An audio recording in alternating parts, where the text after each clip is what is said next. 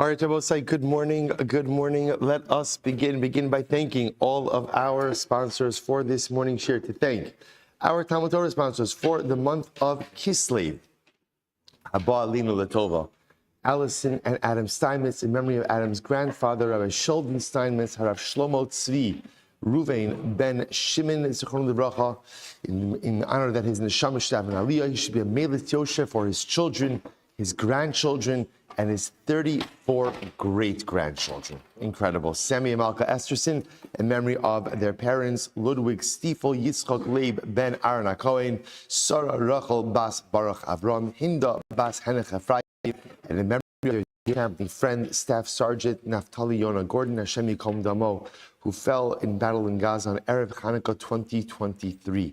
Paul and Kathy Pollack, in memory of Paul's sisters, Leah Bas Shmuel and Zachrini Shulamis Bas Shmuel and Esther Bas Zechariah, all of whom were nifted during the month of Kislev. And our Daf Yomi sponsors for today, Ayala and Sarah Steinberg, in the schus of a continued refuah for Shulamis Chana Bas Susha and Emir Hashem for an enduring refuah for all of Klal Yisrael. We hope that in the merit of our Talmud Torah, all of the Neshama Sav and Aliyah, the families in Nechama, all those who need a refuah Shavan together with Kol Cholei Yisrael, Emir Hashem, make this a month of Nisim and Niflaos for all of Am Yisrael. So with that, let us begin. Today's daf is Samiches 68. We are picking up Emir Hashem on Samich Zayin Amud Beis 67b. We left off at the Tashma, which is 2, 4, 6, 8 lines down from the top. So Tashma, Chatos Vos. Remember, we went yesterday into these very interesting cases about these two women, Rachel and Leah, who bring a variety of karbanos into the Beis Hamikdash, bird pairs into the Beis Hamikdash, give it to the Kohen. Some with specificity, some without specificity, and then again, I'll say it, the ensuing carbonic chaos that occurs afterwards. It says the Gemara Tashma, Chatos va'olas tuma mufurashas. What's the case over here? If you look at Rashi, Rashi's right across. Chatos va'olas tuma mufurashas. Rashi then quotes the rest of the Gemara, but let's go into Rashi itself. Shtei nashim shelakchu gimel kinim be'eruv. So ultimately, there were two women, Rachel and Leah, who brought together collectively 3 pairs of birds. Now, interestingly enough, each of them needs something a little bit different. So the Gemara says, Zu tzricha ola v'kan shalim. So one of the women, we'll call it Rachel, requires an ola and a bird pair. Achas chatos v'achas ola. And again, in that bird pair is 1 chatos, 1 ola. Dahainu shtei olos v'chatos. So again, so collectively, Rachel requires 2 olos and a chatos. V'zu and Leah, V'zu tzricha shtei chatos v'ola. And the other woman, Leah, requires 2 chatos and an ola. And what happens? Pirshu echa min akidim. So they specified regarding one of the bird pairs. I'm just reading Rashi. Preda ola lezu, upreda chatas lezu. In one of the bird pairs, they said, okay, this bird will be an ola for Rachel. This bird will be a chatas for Leah. Ve'echa min akidim inichostuma. One of the bird pairs, they didn't specify at all. Lo pirshu eza preda chatas, eza preda ola. Va'gimel pirshu preda zu ola, preda zu chatas, aval shemos bailam lonas parshu. And the third bird pair, they designated which bird is which, but they did not designate which bird is for whom. Okay, that's the case. So what happened? So it says the Gemara, Asa kulan lamala mechza kasher mechza pasal. So if the Kohen offered all of the birds up lamala, right, above the red line, then ultimately, again, half of the birds are good, half of the birds are not good, which means half of the birds ultimately will count as ola, right, and the other half will be invalid. The kulan lamata, ultimately, again, if you offered all of them below the chota sikra, below the red line, then mechza kasher mechza pasal, same thing. Below the red line, half of them can count as chatas, and half of them would have to be invalid. Chatzia lamala v'chatzia lamata. If he did half of them above, half of them below, ina kshera elastuma. The only bird pair that is kosher is ultimately again the unspecified pair. Umischalekes beinehen, and ultimately again it is divided. In other words, each woman gets allocated 1 bird.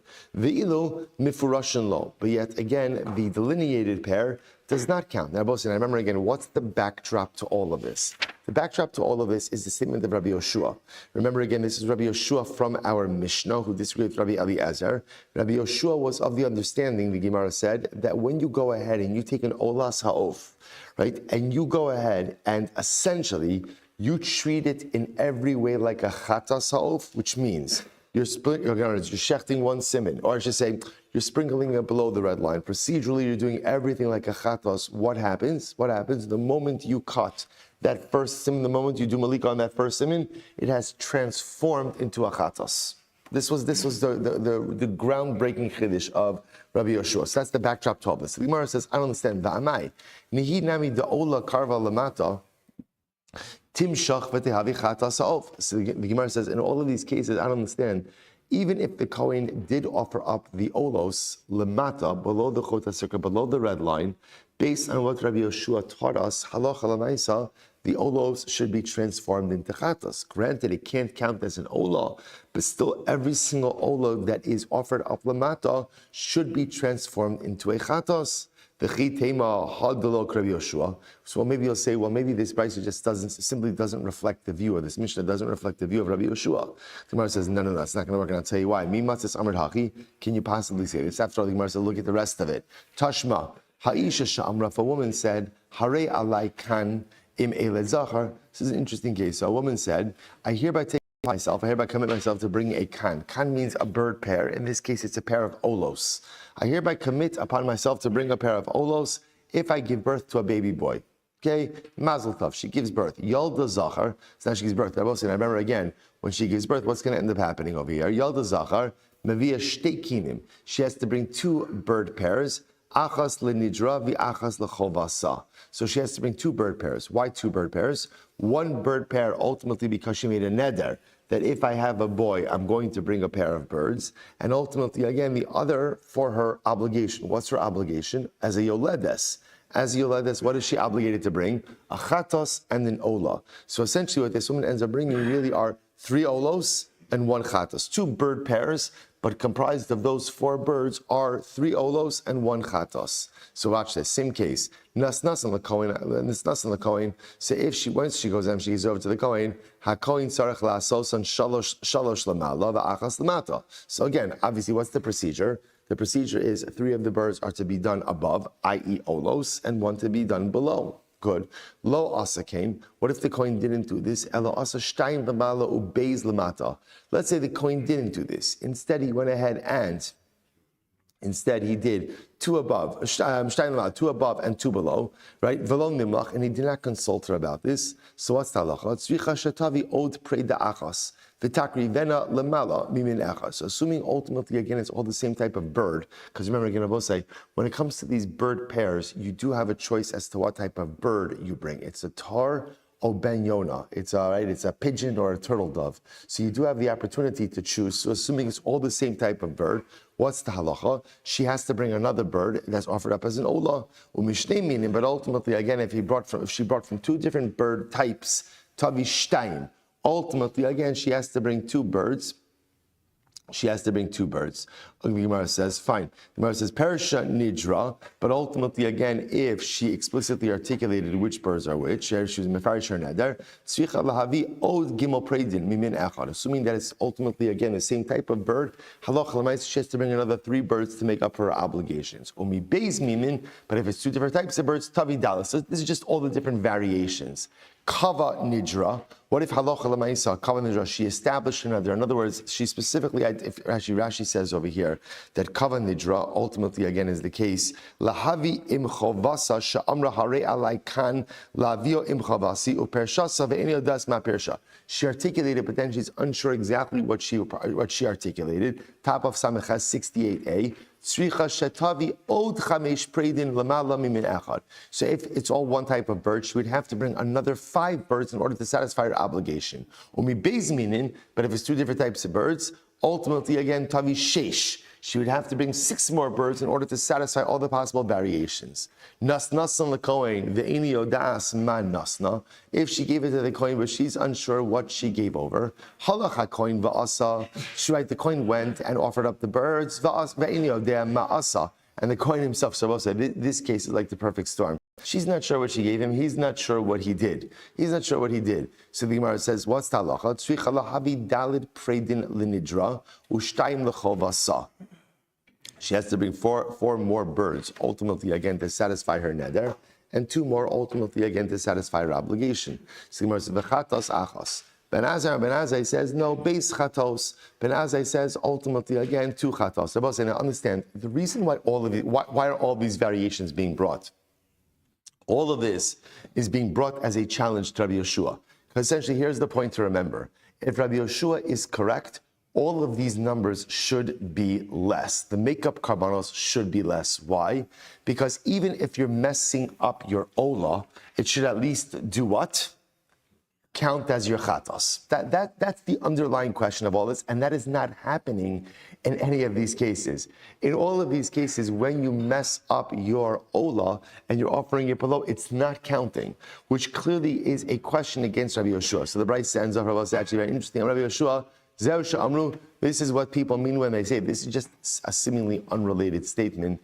Kishu chai kolo echad, when it's alive, it makes one sound. Kishu meis kolo zayin, and when it's shechted, ultimately again it makes 7 sounds. By the way, what does that mean? This is, by the way, is an unrelated statement, but just quite interesting. If you look at Rashi, so we'll say, so Rashi is all the way towards the bottom of the wide lines, about 2, 4, 6, 8, 10, about 11 lines up from before the lines get wide, on the widest ones on the bottom. Amru Yeshua, it's actually interesting. Rashi says, Zeu sha'amru, Kishu chai kolo echad kishu meis kolo zayin hasan lefarishla uba'ayel kamari. Rabbi Yeshua is referring to a ram.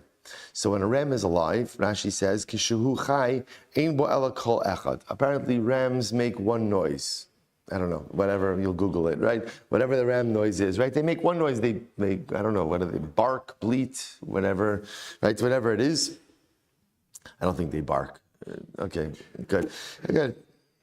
They make a noise, right? They make one noise. Kishu meis, listen to this. And ultimately, again, when the ram is shechted, this is fascinating. Meis kolo shiva. It makes 7 sounds. How does it make 7 sounds? Because Rabbi said, listen to this. There are a variety of instruments that are made from the ram. So listen to this. The Gemara says, Ketzad, kolo shiva, beis karnosav, beis chatzotros. It's 2 horns. Ultimately, again, it could become 2 trumpets, 2 shofros. Beis shokov, it's 2 thigh bones. Beis chalilin can be fashioned into flutes. Oro letof, its hide or its skin could be made into a drum. Me'ayim linevalim, it's ultimately, again, its stomach could be made into a lyre. Bnei me'av, its kishkas lekinoros, are harp strings.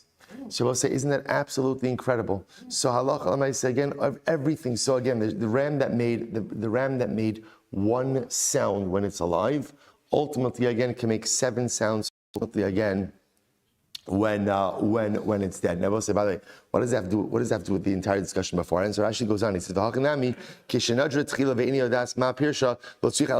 Rashi essentially says what it means is like this. It's the same way that when this woman made a neder, right? Remember again, we'll say, how did this case start? This case started where a woman, Rachel, made a neder. If I give birth to a boy, I hereby take upon myself a kan. I hereby take upon myself to bring 2 birds, 2 olos. Right? Then she gives birth to a boy. So really what that should have done was what? Should have done was generated obligation for karbanos, right? 2 olos, and then again another bird pair of a chatos and an ola. The fact that there was ambiguity ended up creating multiple more sounds. That's the name. So it's just like the ram, when it's alive, right? It creates 1 sound, then when it's dead, it creates 7 sounds. So there are certain situations in life where they start out with a certain number of sounds, meaning it's a reference to the certain number of obligations, but ultimately, again, then result in many more obligations.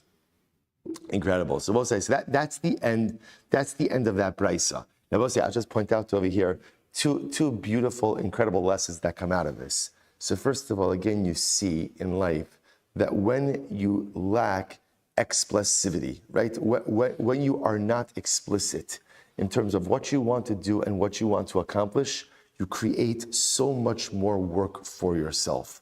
Where there is ambiguity, you end up having to work so much harder in order to go ahead and accomplish your goals and your tasks. When you are explicit about what you want to do, and you have an explicit plan for how to execute those goals and aspirations, the job gets done. Again, not always, but you have a much greater statistical probability of getting it done. But when you are ambiguous about what you want to accomplish, when you don't have an explicit life plan, it is so much harder to get to your intended destination. That's this case. What's happening over here? Rachel's not explicit. The Kohen's not explicit. No one knows what's happening. So you can get the job done. But what started out as 4 birds, what should have been able to get done with 4 birds, ultimately takes so much more because no one is clear. No one has clarity of intention about what they want to do. If you want to accomplish things in life, have clarity of intent. Know what you want, know what your vision is, and create an explicit plan for how to get there. Rabbi, what a lesson to learn on Rosh Chodesh. What a lesson to learn on Rosh Chodesh. There's a new month ahead of us. There's untold possibilities that could materialize. But if you want to maximize this month and get the maximum results from this month, make a plan. Make a plan and be explicit into what you want to get for yourself from this month. Because if there's no plan, there's ambiguity. And when there's ambiguity, you may still end up reaching your goals, but it's going to take a lot more time, a lot more effort, and a lot more birds. Incredible. All right, well, let's go weiter. So it says the Gemara. So again, remember, the point of what's the point of all of this? The point of all of this is that clearly we're not accepting Rabbi Yoshua. Because according to Rabbi Yoshua, in all of these cases where halacha l'maisa, again, you messed up bird offerings and you went ahead and you offered up more birds. You offered up, let's say, olos underneath, right? Lamata mechota sikra. L'maisa, you should still be yotze for a chatos. That's not happening in any of these cases. To which the Gemara says, this is fascinating. So I'll say, so now the Gemara reframes this. This whole time we've been operating with the following idea, that when what's Rabbi Yoshua's shita? What's his shita? That halacha l'maisa, if you mess up a bird ola, right? You mess up an ola sa'of, and what do? You offer it again, you offer it lamata, right? You go ahead and you offer it lamata michota sikra. You go ahead and you do it. Essentially, the only thing you're doing for an ola is what? L'shem ola. Everything else, procedurally, blood application-wise, is being done like a chatos. What does Rabbi Yoshua say? What does he say? It becomes a chatos. Shmuel says, maybe that's not what he meant. Maybe that's not what he meant. Right? Maybe what he meant is like this. It doesn't actually become a chatos, like to satisfy a chatos obligation. That's not what it means. Rather, what does he mean that it becomes a chatos? It's not subject to me'ilah. But remember, again, hearkening back to yesterday's daf. It's been a while since I said hearkening, right? So hearkening back to yesterday's daf. So remember again, Rabbi say, what's the major chilik between chatos and olah? An olah is always subject to me'ilah. Why is an olah always subject to me'ilah? A little chazara. Why? Because it never has a shas heter. Remember again, if a carbon is never permissible to someone, then it always remains in a state of me'ilah. Chatos, because it is consumed by kohanim, ultimately is no longer subject to me'ilah. So maybe what Rabbi Yeshua means is like this. If you take an olah sa'of and you mess it up, and essentially you totally offer it up like a chatos, if that's what you do, then inachinami, again, it doesn't become a chatos, because you can't transform an olah into a chatos. But what it does do is it's no longer subject to me'ilah. You've repurposed it as a chatos in that it's not subject to me'ilah, like a chatos, but it's not a chatos. It's not a chatos. You can't train. No one says that you could transform an ola into a chatas. Incredible. So even though Rabbi Yeshua, ultimately, again, would Rabbi Yeshua actually say that it could actually turn into the obligation of your chatas? Absolutely not. So I will say, therefore, the Gemara kind of reframes this entire discussion. Now, both say, interestingly enough, halacha l'maisa, how do we paskin? So the Gemara says like this. So first of all, there are 2 piskei halacha over here. The first is in the halachos of psuli hamukdashim. So again, this is Rambam Parak Zayin halacha vav. Listen to this. So specifically, we're trying to figure out over here what happens in this ola sa'of case, because this is really important. Let's say again, I offered up the Kohen offers up the ola sa'of and he messes it up. Remember again, I will say quick chazara. Ola sa'of. How do you offer it? How's Malika done? Malika, two simanim. Ultimately, head detached. Blood applied. lamala, above, right? Good. Now what happens? Now burn, right? And then obviously there's more to it. Body and head, salted separately, burned separately, totally burnt on the mizbeach. Good. So now Rabbi says, so now, this is our case. What happens if you messed it up? Kohen messed it up. So he did olas ha'of. It's olas ha'of, but he did everything like a chatos. What is the status of that carbon? So watch this. The Rambam says, V'chein, here it is.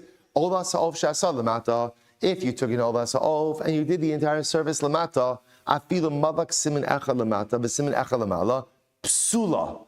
Bein shemalko kumlikas ola, bein she'asa k'ma'aseh chatos, bein she'asa tzara. Say the Rambam paskins, it's possible. Doesn't work. It does not work, which seemingly rejects the view of Rabbi Yoshua. So therefore, I will say, halacha l'maisa. If you mess up an olas ha'of and you do any part of it lamata, you're done. You're done. It's an invalid carbon. What about me'ilah? So we'll say, listen to this. So the Rambam says, Kol chatas, this is in Hilchos Me'ilah, Parakim Halacha Zayin. Kol chatas olas of shenifsla b'shina siyasa b'shina makam siyasa mo'alin ba. Chutz me'olas ha'of shenimlak lamata ki malikas chatas l'shem chatas shafa pishla also l'baylan l'shem chova ein mo'alin ba. So we'll say, now watch this. So in fact, amazingly enough, we do accept the final version of Rabbi Yoshua. So watch this. So this is good to know. This is halacha l'maisa. So halacha l'maisa, if the Kohen goes ahead and takes an olas ha'of and essentially messes it up by doing the entire service like a chatos, what is the halacha? So halacha number one is the carbon does not work. The carbon is invalid. But, however, it is not subject to me'ilah. Not subject to me'ilah. So halacha l'maisa, we actually accept the final version of Rabbi Yoshua. That when Rabbi Yoshua says that it becomes a chatos, it doesn't really mean it becomes a chatos. Rather, it becomes a chatos in that it is not subject to me'ilah. Incredible. All right, Rabbi say, new Mishnah. This is actually a great, all great Mishnah, so this is really exciting. Says the Mishnah, Kala psulin shemalku malikasa psula. Anyone who is pasul, who does malika, his malika is invalid. Rabbi say, now, Rashi says over here, Begimara pligi kala suyemai. The Gemara is going to discuss who are we talking about over here, right? Or is who ultimately, again, are we talking about in terms of being a pasul? Who are the people who are psulin?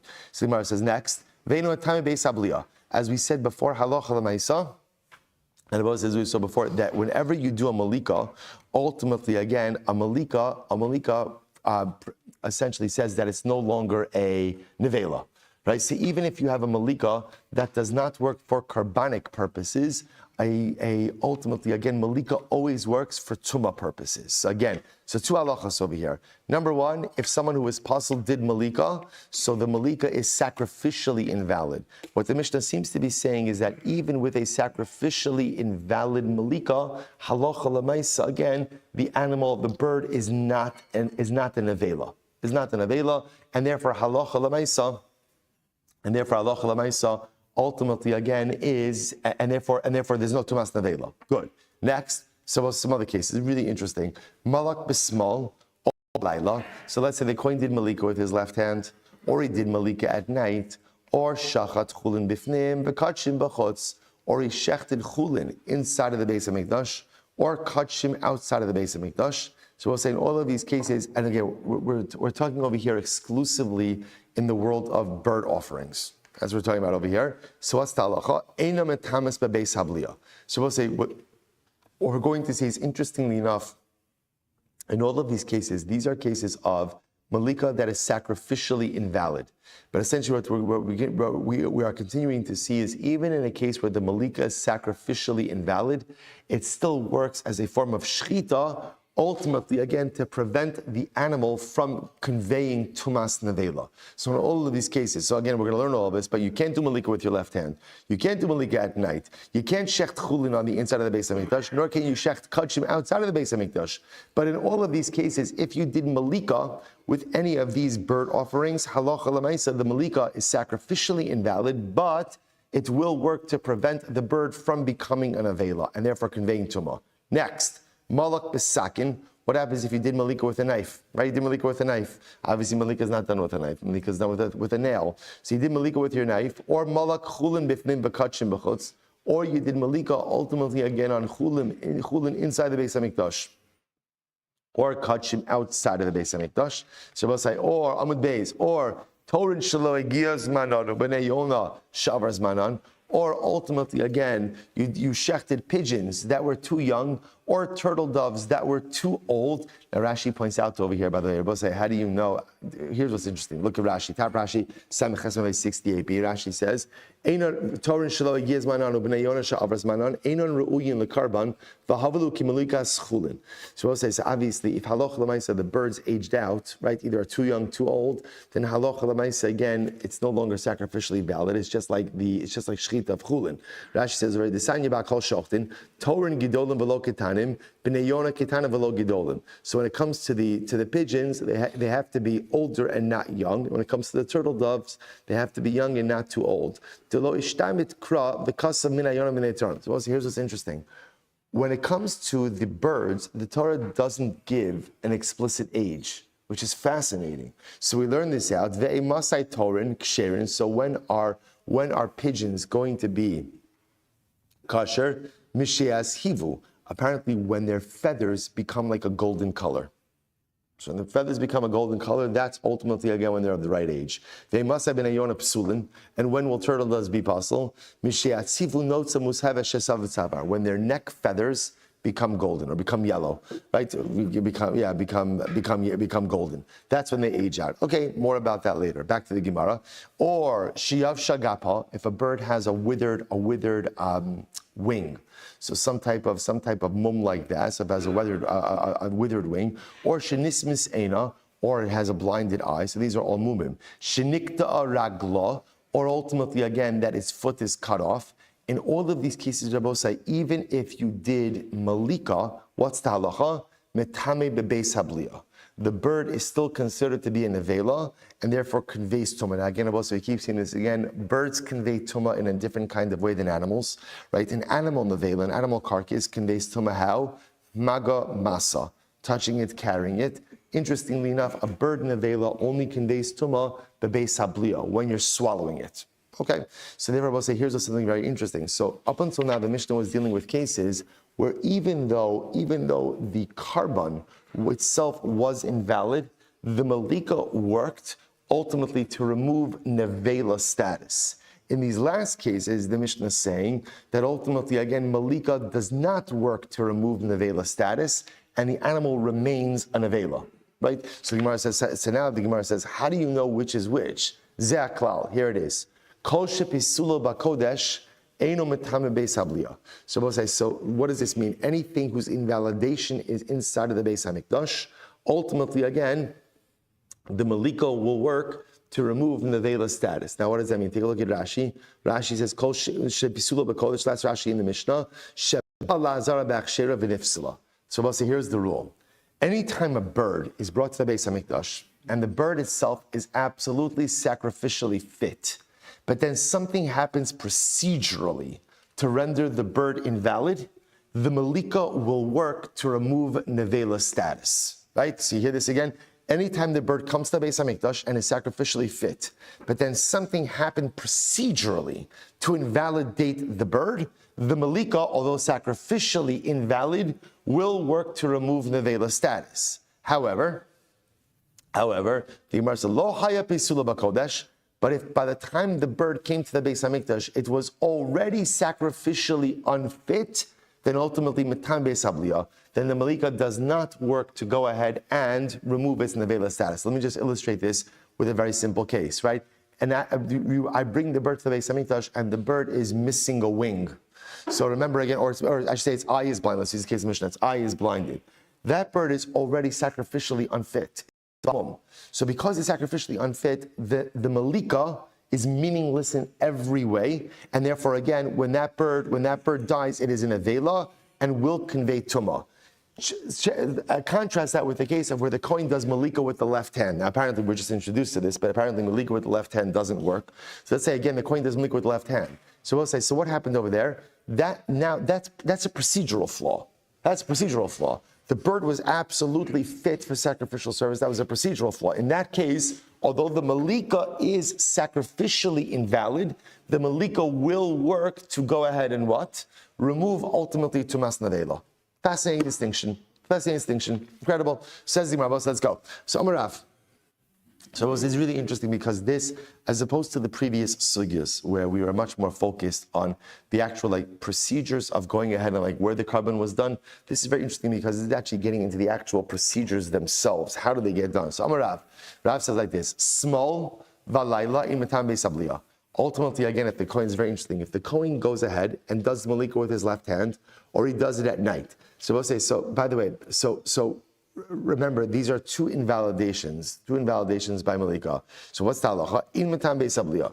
So the bird does not convey tumas nevela. So remember again, in matam beisabliya is another way of saying, although the malika is sacrificially invalid, halacha lamaisa, it works so as to remove tumas nevela. Okay. On the other hand, zar b'sakin matam beisabliya. If a non-kohen does malika, or if malika is done with a knife, ultimately, again, the bird is considered to be an avela, and therefore, again, will convey tumah. So Rabbi says, now the Gemara is going to ask, I don't understand. Maishna small, this they actually, so Rabbi says, so why is that? So Rabbi says, this is actually very interesting, and this is a little bit different than what the Mishnah is saying. So you hear this? Rav says, if you do malika, either again with your left hand or at night, although it is sacrificially invalid, the malika works to tumas nevela. If on the other hand, a non-kohen zar, or malika was done with a knife, the malika is totally irrelevant and doesn't even work to remove tumas nevela. So the Gemara says, why is that? Right? Maishna, what's the distinction? So Maishna, listen to this. Maishna small, this because they both say, why is it that if the kohen does it with his left hand, that still it works to remove tumas nevela? Because interestingly enough, the left, using your left hand, is not totally foreign and alien to sacrificial service. When does the kohen use his left hand? On Yom Kippur. What does he use his left hand for Yom Kippur? Look at Rashi. Rashi's right across. B'Yom Kippurim.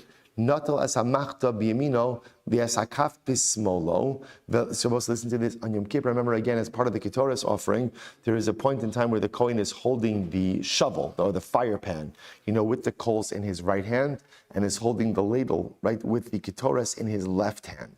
So what do you see from here? You see from here that the left hand is sometimes used as part of sacrificial service. So granted, malika with the left hand is an invalid malika, but there's a quasi-validity to it enough to say that the malika at least will go ahead and remove nevela status. Why? Because the left is not totally foreign. It's not totally foreign to sacrificial service. Laila, nighttime as well, Rashi points out over here, even though there is no sacrificial service at night in the Beis HaMikdash, what do you do at night? You burn leftover fats and limbs. So because left and night are not totally foreign to sacrificial service, therefore if you did malika with your left hand or at night, although it is sacrificially invalid, the malika at least is meaningful enough in that it will remove nevela status. On the other hand, Zar, one second. So by a Zar also. So now, on the other hand, what did Rav say? Rav said that if a Kohen does malika, if a non-Kohen does malika, so the malika is so invalid that it doesn't even help to remove nevela status. One second. Zar nami isleach sher b'shchita. But a Zar non-Kohen is also involved in avoda to a certain degree, because what could a non-Kohen do? Shchita. He could shecht karbanos. So let's remember again, this is reminiscent. We actually had this sugi before, to which the Gemara says, no, shchita lav avodahi. Shchita is not a form of avoda. Shchita is not a form of avoda. Shabbos says, so therefore again, you can't count that. The Gemara says, one second, no. Shchita is not a form of avoda below. So v'ha'amar Rabbi Zera, shchitas para bizar psula. Paraduma. If a non-Kohen shechts the paraduma, ultimately again, it's invalid. So what do you see from here? That ultimately shchita is a form of avoda, to which the Gemara says, no, that's not a good raya. The Gemara says, shchitas par bizar psula, umachvi Rav Allah. And Rav mentioned, or Rav supported this by saying, Elazar, the chukah. He went out of his way to say that halacha l'maisa, it says, dafka by paraduma, that it has to be done by Elazar. Rashi HaKadosh says, on that pasuk, he says, Elazar, mitzvasa bisgan. Right, that the mitzvah ultimately, again, is that the assistant Kohen Gadol does this. So you see from here, paraduma requires a Kohen for shchita, and it says chukah. Chukah means it's an everlasting statute, which means it's ma'akev. So what do you see from here? You see an example of where shchita does require a Kohen, which tells me that what? Shchita is an avoda. If Shchita is an avoda, then halacha l'maisa, what does that tell me? That tells me that ultimately, again, a zar is shaykh to Shchita. Therefore, when a zar does malika, granted, it's going to be sacrificially invalid, but it should at least work to do what? To remove the nevela status. Tushimura says, no, don't bring up paraduma. Leave paraduma out of this. Shani para to kache bedek habayisi. You're wrong. You look at paraduma as a form of carbonic service. Remember also, we've said this many times. Paraduma is not a carbon. Right? What's the proof that paraduma is not a carbon? What's the proof? It's down outside of the Beis Hamikdash. Right? If it was a carbon, you can't. That's called shchutei chutz. You can't offer up carbonos outside of the Beis Hamikdash. So halacha l'maisa again. Halacha l'maisa. It's clear that paraduma is not. It's interesting. The Gemara says it's not. It is not a carbon. Rather, it's what we call kache bedek habayis, which actually means, fascinatingly enough, that paraduma has financial sanctity. So therefore, you can't bring any raya from it. So the Gemara says, I don't understand, but all the more so. So I'm sorry. So the Gemara says, if that's the case, can you make a kavachomer? Kache bedek habayis bo kahuna. Kache mizbeach mibai. If kache bedek habayis, something with financial sanctity, ultimately again requires a kohen, then ultimately certainly actual karbanos should require a kohen for shechita as well. Amar Rav Shisha b'rei Dravidi, not necessarily. I'll tell you why. Midi dahava amaros negoim. The lav avoda ubai kahuna. I'll give you a good proof. The proof to this, Rabbi say, is maros negoim. In other words, just what the Gemara suggests things like this. The argument the Gemara is advancing is if something requires a kohen, by definition, it's a form of avoda. To which the Gemara says, I'm going to show you that is an incorrect assertion. Look at maros negoim. What's maros negoim? Again, saras. I will say again, a person presents with saras. Who do they have to go to? A kohen. And the only person who could decide on saras ultimately again is a kohen. So what do you see from here? Just because something requires a kohen doesn't automatically mean that it is a form of avoda. The Gemara says, V'neilith mibama. Why don't we learn everything out from a bama? And I will say, and I remember again, look at Rashi, V'neilith mibama, Shazar kasher bazel limlok ofos lechatchila, de'ein kihun babama. So what's the learn out from a bama? Remember again, what's the halacha by a bama? A non-kohen zar is permitted to do avoda on a bama as well. So we'll say, what do you see from here? We'll say, remember, what are we looking for? Or we're looking for, Rav advances this idea that halacha l'maisa, if you did malika with your left hand, or you did malika at night, as much as it's sacrificially invalid, ultimately, again, the malika at least works to remove the nevela status. Why? What's his logic? Because again, left at night are not foreign to sacrificial service. Left Yom Kippur, night burning of fats and limbs. But yet he says, if a non-Kohen went ahead and did malika, it doesn't do anything, even to remove the nevela. Gemara says, why not?